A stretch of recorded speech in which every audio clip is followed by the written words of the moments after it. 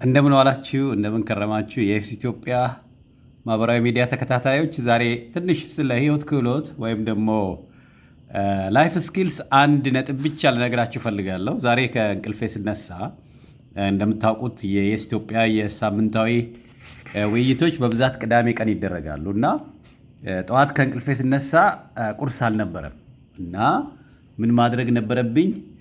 በጣም ታክቲካል መሆን ነበር። አንደኛ ጤናማ ምግብ ነው መመገብ ያለብኝ፣ ሁለተኛ ውድ መሆን የለበትም፣ ሶስተኛ ጊዜ የሚቆጥብልኝ መሆን አለበት። እነኚህ ሶስቱን ነገሮች ማለት ነው። ከዛ ሳስበው ያለው አማራጭ ወይ በርገር መግዛት ነው ወር ሌላ ሜክሲኮ ሾፖች ምናምን ሄዶ ለዚህ ሳንዱች ምናምን ማምጣት ነው። ግን እነኚህ ምግቦች ደግሞ አንደኛ በሰዓት በዚህ ጠዋት አይከፈቱም። ጠዋት እንትን ሰዓት ነው፣ ቁርስ ሰዓት ነው ያለው፣ የቁርስ ምግብ ነው ያለው፣ ዳቦ ምናምን ሻይ እንደዚህ ኦር አይመችም። ገብቷቸዋል። ከዛ ምን ማድረግ ነበረብኝ? ቶሎ ብዬ ወደ ገበያ ሄድኩኝ ማለት ነው። ኢትዮጵያ ይህንን ማንም ሊያደርግ ስለሚችል ብዙ ጊዜ ትኩረት ማንሰጣቸው ጤናማ የሆኑ ገንዘብ የሚቆጥቡ ጊዜ የሚቆጥቡ ስታይሎች አሉ። ስለዚህ ምን አረግኩኝ? ሙዝ ገዛው፣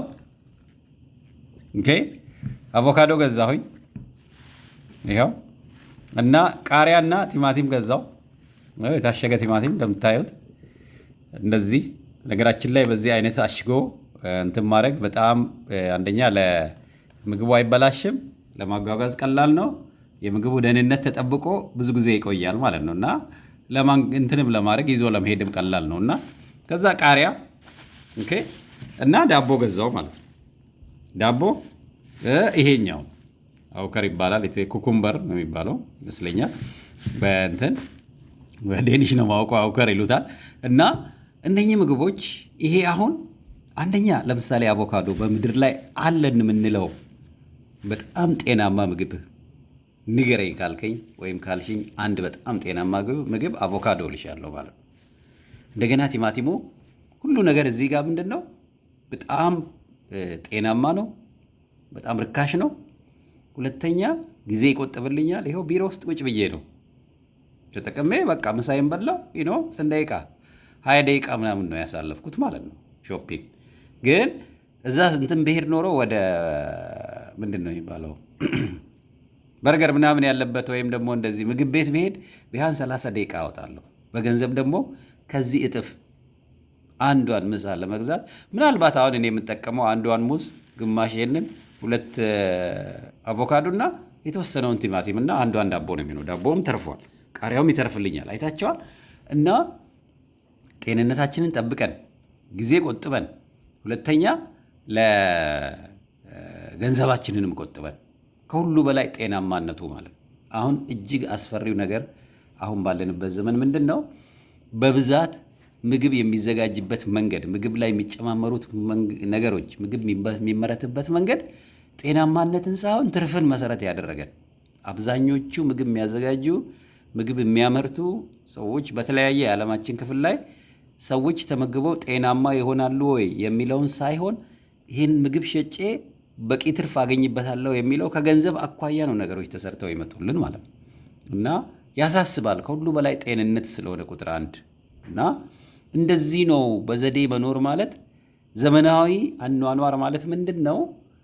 የምናደርጋቸውን እያንዳንዱን ድርጊት የአጭርና የረዥም ጊዜ ጥቅምና ጉዳቱን ማስተዋልና የተሻለ ውሳኔ መወሰን ማለት ነው።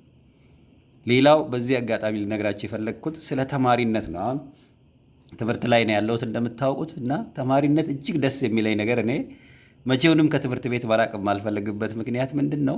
ሁሌ አእምሮአችሁ በየጊዜው ስራ ላይ ነው። አያሰለችም ህይወቱ። ደስ የሚለው ለምሳሌ ለአንድ ሴሚስተር ትማራላችሁ፣ መሀል ላይ ረፍት አለ፣ ትማራላችሁ፣ ረፍት አለ፣ ፈተና አለ፣ ምን አለ ምናምን። አእምሮአችን ህይወታችን አይሰለችም፣ ቦሪንግ አይደለም፣ በጣም ደስ የሚል ነው። ለምሳሌ አንዳንድ ይሄን ከምን ጋር ወዳድሬ እነግራችኋለሁ። ስራው ዓለም ላይ ማለት አንድ አይነት ሩቲን ሊሆን ይችላል የምንደጋገመው በስራው ዓለም፣ እያበላለጥኩ አይደለም። ግን በተለይ ትምህርትን አሁን ምን ያለው አንዳንዶች በወጣቱ ስራ ማጣት ጋር ምናምን አስታከው ግን በጣም ትምህርትን ዝቅ አድርገው ሲያዩና ወጣቶችን ሲያሳስቱ ያለው ማለት ነው። እንደዚህ አይነት የተሳሳተ አስተሳሰብ ነው አገራችን ወጣቱን እየጎዳ ያለው። ሰዎች ባለማስተዋል አንዲት ደካማ ጎኗን ብቻ አይተው ብዙ ነገሮችን ሲያጣጥሉ እናያለን። በተለይ ትምህርትን ሲመጣ እኔ መምህር ነኝ። መምህር ስለሆንኩ አይደለም፣ አሁን ተማሪ ነኝ እና ምንም እያታለልኳችሁ ወይም ውሸት እየተናገርኩ አይደለም። ለራሴ ለህሊናኔና ለፈጣሪ ታማኝ ሆኜ ነው እንዲህ አይነት ነገሮችን ስናገር እና እንድናስተውል ብዬ ነው። ብዙ ጊዜ እንታለላለን፣ አናስተውልም። ብልጭልጭ ነገሮች ምናምን እንደዚህ አላደል ከለርፉል ተደርጎ ወይም የሆነ ዘመናዊ ስለሚመስል አላስፈላጊ ነገሮች ውስጥ እንገባለን ወይም ደግሞ ትምህርትን እናጣጥላለን ማለት ነው እና ተማሪዎች በርቱ ላለው ሌሎቻችሁም ተማሩ። ዛሬ ደግሞ ትምህርት ሲባል ክፍል ውስጥ ገብተን ብቻ የምንማረው አይደለም። ላይፍ ሎንግ ለርኒንግ ወይም ደግሞ የዕድሜ ልክ ተማሪነት ነው ትምህርት ማለት ትክክለኛ። ኦፍኮርስ ዲግሪ ያስፈልጋል፣ ማስተርስ ፒኤችዲ ያስፈልጋል፣ ስራ ለማግኘት ነው በዋናነት ራስን እንትን ለማድረግ ለቀጣሪ ድርጅት እንደዚህ ብቁ ካልሆነ በስተቀር ተመረክም አልተመረክም ዲግሪ ኖረህም አልኖረሽም ሁሌ መማር፣ ራስን ብቁ ማድረግ፣ ማንበብ፣ ትምህርት ቤት አካባቢ ማሳለፍ፣ ቢቻል ትንንሽ ኮርሶች መሰልጠን ያስፈልጋል። በተለይ አሁን ደግሞ አሁን ያለንበት ዘመን ማለት ነው እመኑኝ የማያውቅ የማያስተውል ሰው መዓት ጉዳት የሚያደርስበት ዘመን ላይ ነው ያለነው። ቴክኖሎጂ አወቅንም ይሁን ሳናውቅ በጣም ብዙ ጥሩ ነገርም መጥፎ ነገርም ይዞ መጥቷል። ዘመናዊ ባርነት ሳናውቀው ዘመናዊ ባሮች ልንሆን እንችላለን ማለት ነው። በጣም ጥንቃቄ ማድረግ አለብን። አሁን ስንት ሰው አብሮ ተባብሮ ወንድሙን፣ እህቱን፣ ዘመዱን፣ ጓደኞቹ ጋር አብሮ ሰርቶ ጥሩ ነገር የማግኘት ይልቅ በጣም ብዙ ሰው ቴክኖሎጂን ተጠቅሞ የራሱን ወንድም፣ የራሱን ወገን፣ የራሱን ሀገር የሚጎዳ በጣም ብዙ ሰው ነው ያለው እዚህ ሚዲያ ላይ። እንዴት ብዬ እንደምነግረው ነው ግራ የሚገባኝ። በጣም ነው የሚከነክነኝ።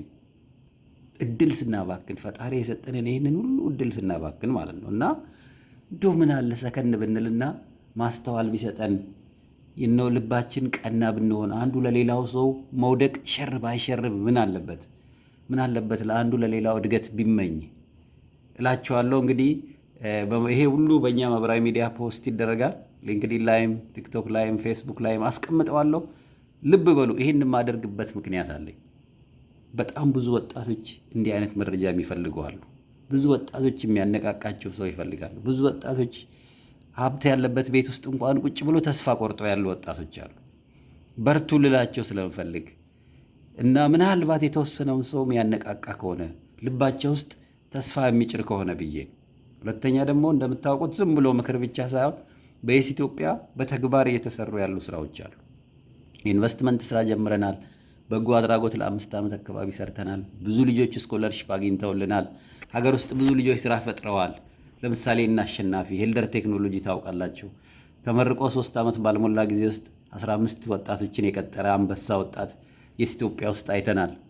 ይሲ እነኚህን ወጣቶች እያየን እግዚአብሔር ይመስገን ማለት አለብን። የዲቦራ አይነት አዲስ አበባ ያለችው አሁን ከሐዋሳ የመጣችው እነ ሩት አይነት እነ ህዊ እነ ማህሌት እነ በጸሎት ስንቱን ጠርቼ እችለዋለሁ። እነ አብይ እነ ልጅ ዓለም ኤፕቲሳም ራሄል ብዙ ነው ያሉት የኢትዮጵያ ቤተሰብ ውስጥ እግዚአብሔር ይመስገን። ግን ሪሊ የተሻለ ደግሞ እንድንሰራ በየጊዜው ራሳችንን ወደ ተሻለ ደረጃ መግፋት አለብን ማለት ነው እና ይህን ልላችሁ ፈልጋለሁ። ቲክቶክ ላይም ሊንክዲን ላይም ዩቲዩብ ላይም ፌስቡክ ላይም ያላችሁ በየሚዲያው የምታየው ለባካችሁ ከኢትዮጵያ ጋር አብረን እንስራ። ከዛ ያለፈ ደግሞ አደራ ራሳችሁን ጤንነታችሁን ጠብቁ። ጤናማ ምግብ ተመገቡ። በተለይ አቮካዶ፣ አትክልት፣ ፍራፍሬ፣ ስጋም ሳይበዛ ቀይ ስጋ ጤናማ የሆነ ጮማ ሳይሆን ተመገቡ እና እቺ ደግሞ እንደምታውቁት ማአት ቫይታሚን ኤ ነው ያላት እና እነኚህ ሁለቱ አብረው ሆነው ግሪን ሊፍ ቬጂቴብልስ እንደምታውቁት ብዙ ቫይታሚን ሲ፣ ቫይታሚን ኤ አላቸው። በተለይ ቫይታሚን ሲ ቫይታሚኖች ኤ ቫይታሚን እንደገና ደግሞ ካሮት ውስጥ ምናምን አለ ማለት ነው እና እንደዚህ አድርገን ጤንነታችንን መጠበቅ እንችላለን። እግዚአብሔር ሀገራችንን፣ ህዝባችንን ሰላም ያርግላለሁ። አመሰግናቸዋለሁ። ቴንክ ዩ